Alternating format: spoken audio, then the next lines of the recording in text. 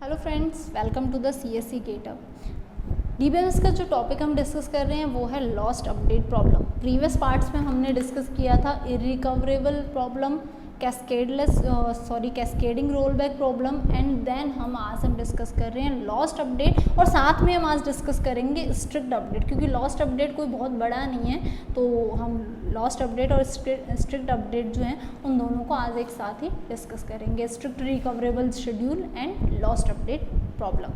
सबसे पहले हम डिस्कस करते हैं लॉस्ट अपडेट प्रॉब्लम। नेम से ही थोड़ा सा आइडिया लग रहा है कि कोई अपडेशन जो है ना वो क्या होगी, लॉस्ट हो गई है। Lost update problem means what, कोई अपडेशन थी जो लॉस्ट हो गई है। उस तरह से जहाँ पे कोई दो ट्रांजेक्शन्स हैं वो कुछ अपडेशन परफॉर्म कर रही हैं और किसी एक ट्रांजेक्शन के फेल होने की वजह से किसी उस ट्रांजेक्शन का जो अनदर ट्रांजेक्शन ने डेटा अपडेट किया वो क्या हो गया, लॉस्ट हो गया है। तो उस प्रॉब्लम को क्या कहा जाता है, लॉस्ट अपडेट प्रॉब्लम कहा जाता है। Lost update problem occurs if two or more transactions perform write operation simultaneously over same data item.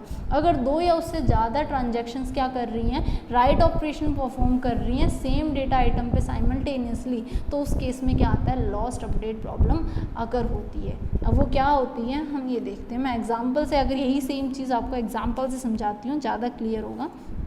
दो ट्रांजेक्शंस हैं T1 एंड T2, दोनों क्या कर रही हैं, हम राइट की बात कर रहे हैं तो मैं यहाँ एग्जांपल में सिर्फ राइट लूँगी, ज़्यादा ऑपरेशंस नहीं लूँगी ताकि डाउट ना हो। राइट किया सेम डेटा आइटम पे साइमल्टेनियसली, T1 ने राइट किया और फिर क्या कर दिया, T2 ने राइट कर दिया।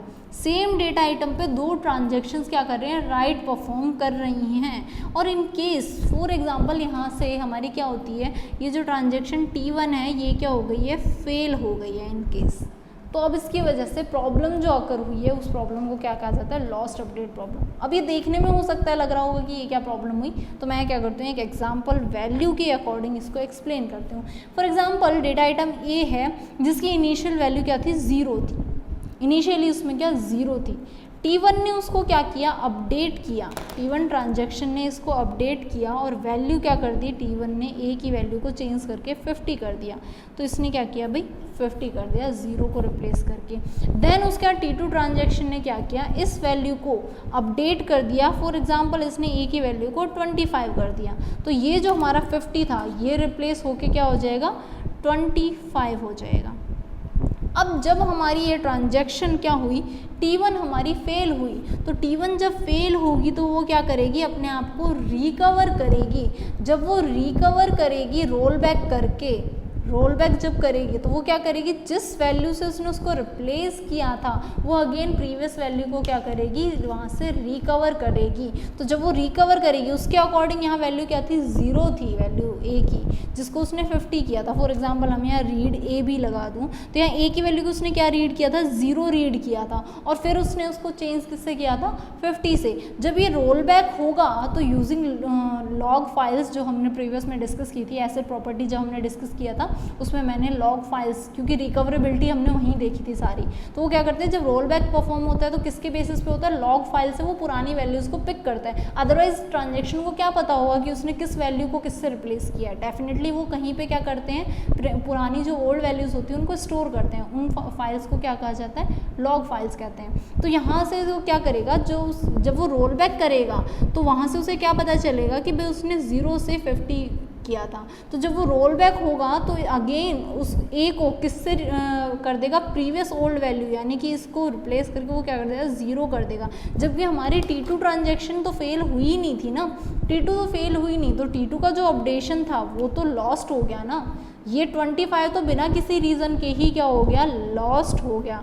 तो ये क्या कहलाता है, ये चीज़ क्या होती है, इन केस मान लो ये अपने आप को रोल बैक करके रिकवर करके फिर अगेन ये ट्रांजैक्शन होती, बट T2 तो सक्सेसफुल हो चुकी है अपनी, तो T2 तो वापस आएगी नहीं। तो जब ये वापस इसको परफॉर्म करता तो क्या करता, अगेन 0 को किससे रिप्लेस कर देता, 50 से कर देता। लेकिन ये 25 अभी भी क्या है, लॉस्ट हो चुका है। तो ये जो प्रॉब्लम होती है इसको क्या कहा जाता है, लॉस्ट अपडेट प्रॉब्लम। यानी कि दो transactions simultaneously write operation perform कर रही हैं किसी सेम डेटा आइटम पे और कोई एक ट्रांजैक्शन फेल हो जाती है, तो उस केस में क्या होता है, जो डेटा है उसका जो अपडेशन था, एक ट्रांजैक्शन का जो अपडेशन था वो लॉस्ट हो जाता है। तो बेसिकली इस प्रॉब्लम को सॉल्व करने के लिए जो सॉल्यूशन था वो क्या था, to avoid, let me write, to avoid lost update problem.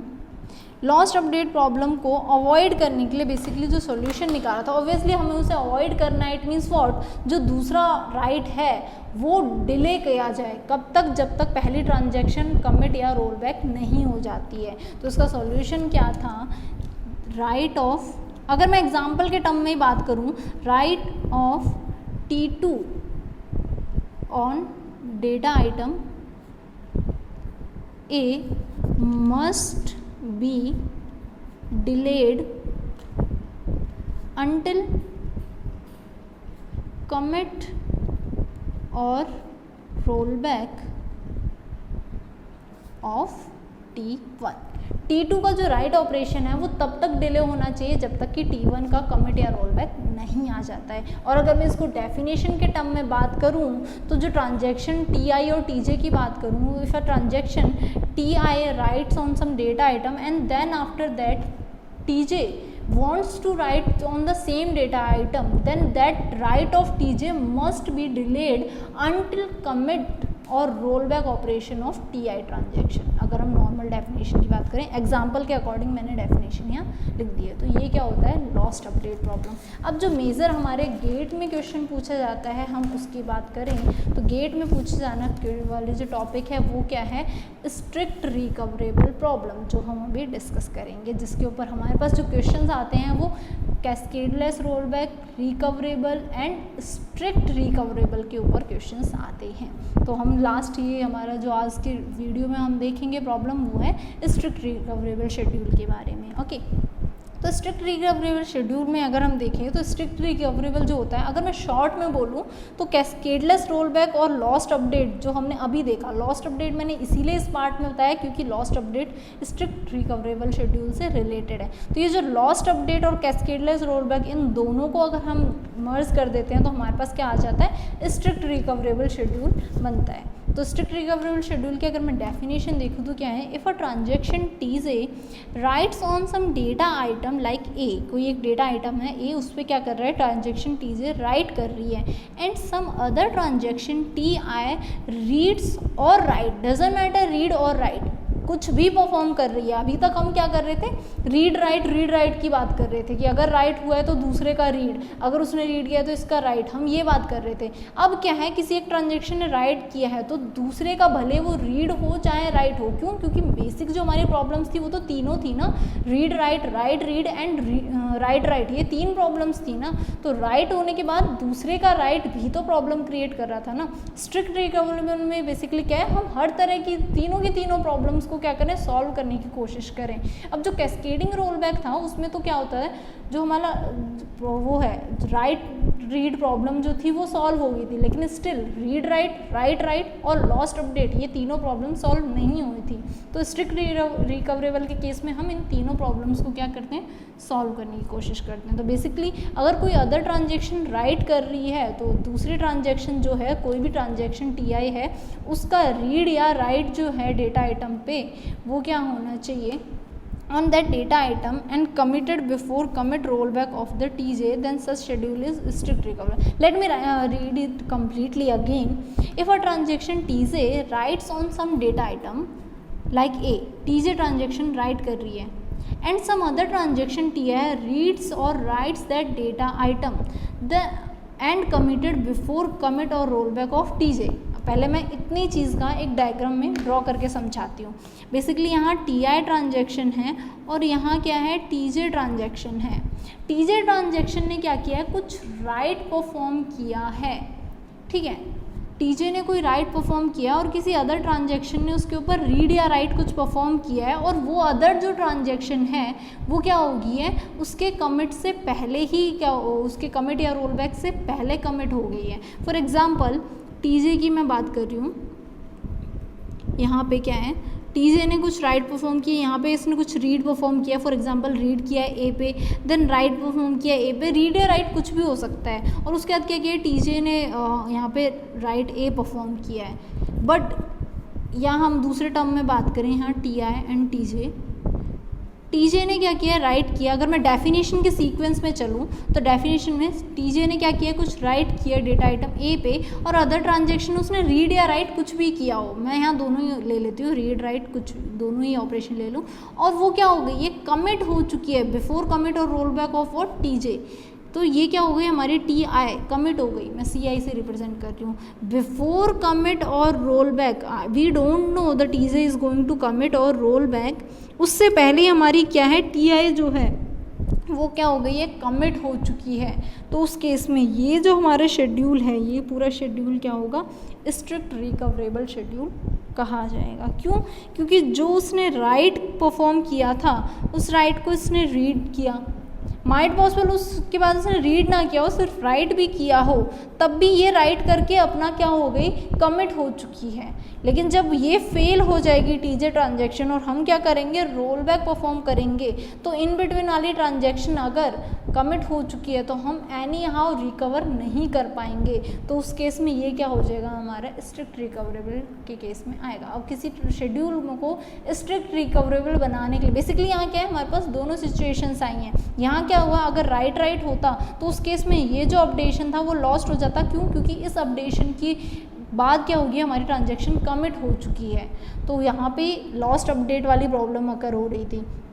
तो ये जो चीज़ है इस चीज़ को अवॉइड करने के लिए क्या हुआ था बेसिकली स्ट्रिक्ट रिकवरेबल की वो की थी इंट्रोड्यूस किया गया था स्ट्रिक्ट रिकवरेबल, ताकि ये जो रीड राइट की वजह से जो प्रॉब्लम अकर हुई है ना उसे हम सॉल्व कर सकें। अब प्रॉब्लम किसकी वजह से हुई है? ये इन बिटवीन के रीड राइट की वजह से, जिसकी वजह से प्रॉब्लम अकर होती है ना हमेशा उसको क्या किया जाता है डिले किया जाता है अनटिल प्रीवियस ट्रांजैक्शन के कमिट या रोल बैक तक। तो सेम वही कंसेप्ट है स्ट्रिक्ट रिकवरेबल का कि अगर कोई ट्रांजैक्शन टी आई राइट कर रही है डेटा आइटम ए पे, then read write of transaction T J must be delayed. अगर मैं प्रीवियस डेफिनेशन की बात करूं तो ये टी जे और टी आई जस्ट रिवर्स हो गए हैं। मैंने यहाँ पे पहले टी आई यूज़ कर लिया है देन टी जे किया। अगर मैं प्रीवियस डेफिनेशन के अकॉर्डिंग चलूँ तो यहाँ पे टी जे अगर डेटा आइटम ए पे राइट कर रहा है तो टी आई का जो रीड और राइट था ना वो डिले होना चाहिए। कब तक? जब तक टी जे का कमिट या रोल बैक नहीं हो जाए। सेम मैंने यहाँ उसको टी आई टी जे के टर्म में कुछ इस तरह से लिया है कि अगर कोई टी आई है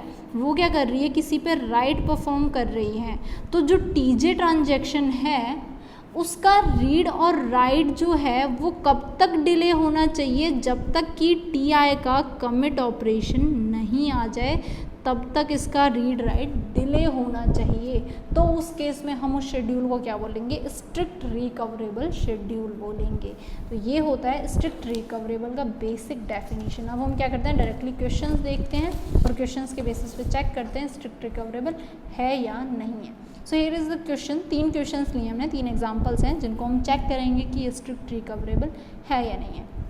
सो फर्स्ट देखते हैं क्या कंसेप्ट था कि एक ट्रांजैक्शन ने राइट किया है तो दूसरी ट्रांजैक्शन का रीड और राइट दोनों डिले होनी चाहिए, सिर्फ राइट के बेसिस पे था।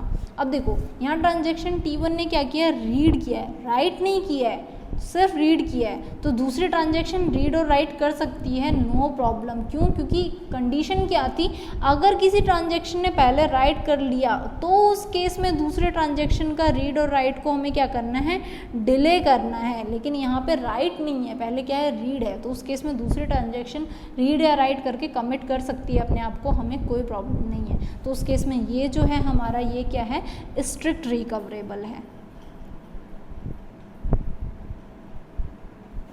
ये शेड्यूल हमारा क्या है स्ट्रिक्ट रिकवरेबल है।